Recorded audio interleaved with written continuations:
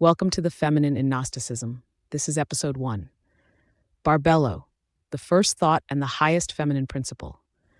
In this series, we are exploring the feminine figures of ancient Gnosticism from the highest level of divine reality down through the layers of emanation, descent, and engagement with the material world. We are starting at the top, with the highest feminine principle named in Gnostic texts, because everything else in these systems only makes sense once that starting point is clear. In episode 1, we begin with Barbelo, the first feminine presence to emerge from the ultimate divine source. Barbelo is not a goddess in the later mythological sense, and she is not a character with a dramatic story arc. She is something far more foundational. She represents the first expression of divine reality that can be spoken of at all. To understand Barbelo, we need to understand how Gnostic writers thought about God and reality.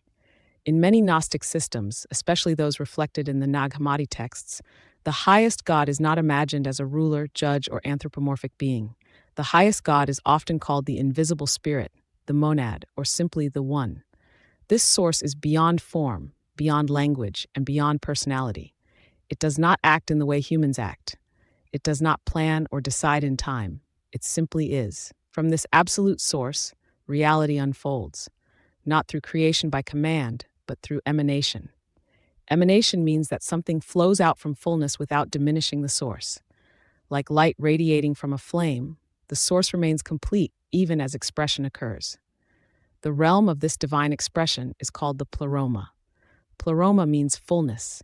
It is the realm of divine wholeness, where spiritual realities exist in harmony and clarity, untouched by fragmentation or ignorance.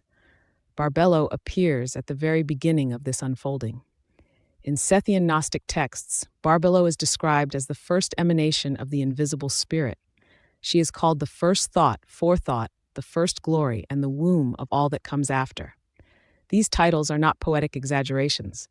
They are precise attempts to describe a reality that is difficult to express in human language. Barbelo is the first moment where the unknowable becomes knowable without ceasing to be divine.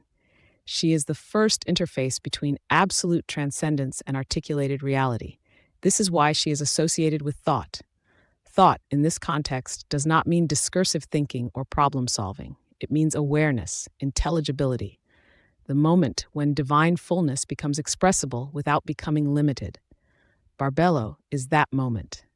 Some texts describe Barbelo as the divine mirror. The invisible spirit looks into Barbelo and sees itself reflected. Through that reflection, the divine qualities take form as aeons. Aeons are central to Gnostic cosmology. They are not gods in a competitive pantheon. They are living realities, personified attributes of the divine mind. Truth, life, incorruptibility, understanding, and wisdom are all examples of aeonic principles. They are ways the fullness of the divine becomes structured and intelligible. Barbelo is the womb of these eons, not because she physically produces them, but because she is the field in which they emerge in harmony. In the Apocryphon of John, one of the most important Gnostic texts, Barbelo is described with a series of paradoxical titles. She is called Mother Father. She is called the first human. She is described as androgynous, not in a sexual sense, but in a metaphysical one. These descriptions are often misunderstood. The Gnostic writers were not trying to erase difference or make a political statement about gender. They were trying to express completeness. In their worldview, the highest divine reality contains all generative power within itself. Barbelo represents that fullness. She is feminine because she is generative, receptive, and womb-like. She is also beyond gender because she precedes division. Calling Barbelo Mother Father is a way of saying that the source of all differentiation is itself undivided. One of the most important things to understand about Barbelo is that she does not fall. She does not err. She does not descend into the material world. She does not create the flawed cosmos. That distinction matters deeply. In later episodes, we will talk about Sophia, whose story involves movement toward the edge of the Pleroma, and whose actions are sometimes associated with imbalance and fragmentation. But Barbelo remains in fullness. She represents the unbroken divine reality that is never compromised by what happens below. This makes Barbelo unique among feminine figures in Gnosticism. She is not a story of suffering. She is not a story of punishment. She is not a cautionary tale. She is a statement of original wholeness. In texts like the Three Stells of Seth, Barbelo is praised in hymn-like language. These passages read less like mythology and more like devotion. Barbelo is honored as the first aeon, the perfect glory, the divine mother of the Pleroma. This tells us something important about how ancient Gnostics related to her. Barbelo was not merely a concept for abstract speculation. She functioned as a symbol of the highest divine reality accessible to contemplation. She represented the assurance that above the chaos and injustice of the visible world, there exists a fullness that has never been damaged. That idea is central to the emotional logic of Gnosticism. Many Gnostic texts emerge from communities that experienced oppression, instability, and disillusionment with political and religious authorities. Their cosmologies reflect a deep sense that the world is not ordered as it should be. The language of archons and rulers expresses this feeling of being trapped in systems that are unjust, confusing, and dehumanizing. Barbelo stands in contrast to all of that. She represents a divine order that is not tyrannical, a fullness that is not violent, a source that does not dominate or punish. In modern terms, you could say Barbelo represents the idea that reality has a benevolent ground, even if lived experience often feels hostile. Another important text associated with Barbelo is Trimorphic Protonoia, also known as Three Forms of First Thought. In this writing, the speaker identifies herself as the first thought and describes her descent through different levels of reality to awaken those who are asleep. The voice in this text is powerful, direct, and self-aware. She speaks as revelation itself. In later interpretation, this first thought is identified with Barbelo or with a Barbelo-related principle. This reinforces an important point. The feminine in Gnosticism is not passive. Barbelo is not simply a container. She is also intelligence, voice, revelation. She is the principle by which truth becomes known. That challenges many later religious assumptions, where feminine figures are secondary, silent, or morally suspect. In Gnosticism, the feminine at the highest level is the first revealer of divine reality.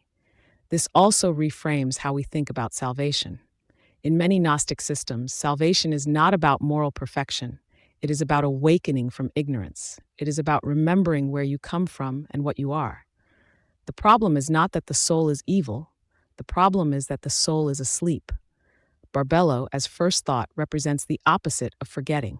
She represents memory at the level of divinity, the original awareness that precedes confusion, the reminder that there is a higher reality beyond the visible one. For a modern listener, Barbelo can be difficult to grasp because she does not fit neatly into familiar religious categories. She is not a goddess you pray to for favors. She is not a mother figure in a sentimental sense. She is not a mythic heroine. She is a metaphysical statement. She says that the feminine is not an afterthought in spiritual reality. It is not derived from the masculine. It is not secondary or corrective. It is original. That has implications. It means that wisdom, compassion, generativity, and relationality are not later additions to divinity. They are foundational. They exist at the very beginning of the cosmic story. Barbelo also helps prevent a common misunderstanding of Gnosticism. Without Barbelo, Gnosticism can sound like a worldview obsessed with escape, disgusted with matter, and cynical about existence. With Barbelo, it becomes clear that the critique of the world is paired with a profound affirmation of a higher fullness. The message is not that everything is broken. The message is that something whole exists beyond the brokenness. Barbelo is that something. She is the untouched center, the stable fullness, the first glory that never collapses. As we move forward in this series, we will descend step by step. We will look at figures who move closer to the edges of the Pleroma, who engage with risk, curiosity, descent, and rescue. We will see how the feminine appears as wisdom, voice, insight, resistance, and memory at different levels of reality.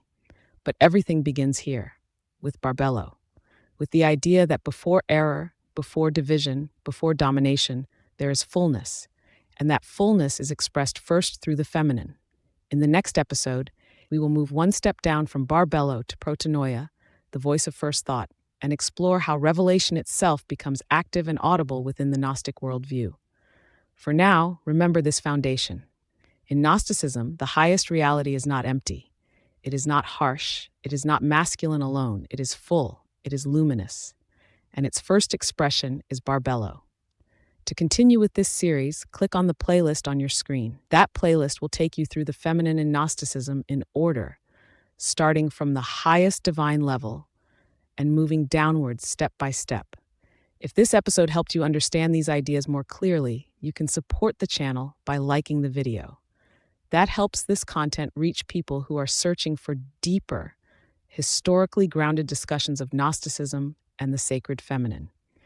And if you want more long-form videos like this, you are welcome to subscribe. New episodes in this series will continue exploring ancient Gnostic texts, feminine divine figures, and how these ideas shaped early spiritual thought. Thank you for listening.